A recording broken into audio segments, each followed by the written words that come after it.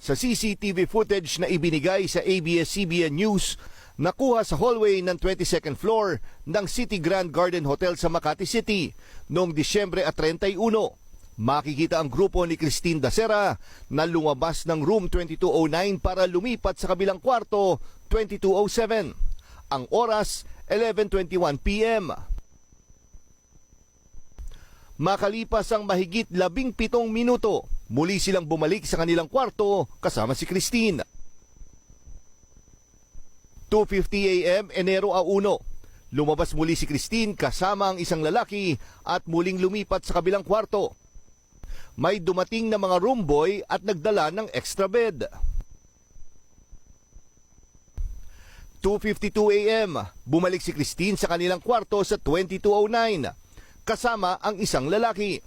Sa mga sumunod na minuto, ilang lalaki ang naglabas-masok sa kwarto at lumilipat sa kabilang kwarto. 3:15 a.m. Lumabas din si Christine at lumipat sa kabilang kwarto. 3:21 a.m. Lumabas naman mula sa 2207 ang isang lalaki at pumunta sa room 2209.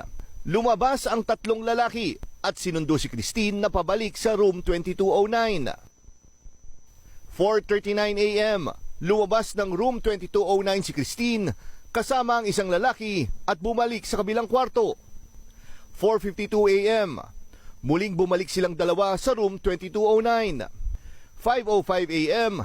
Makikitang nakikipaghabulan pa sa hallway si Christine sa kanyang kaibigan.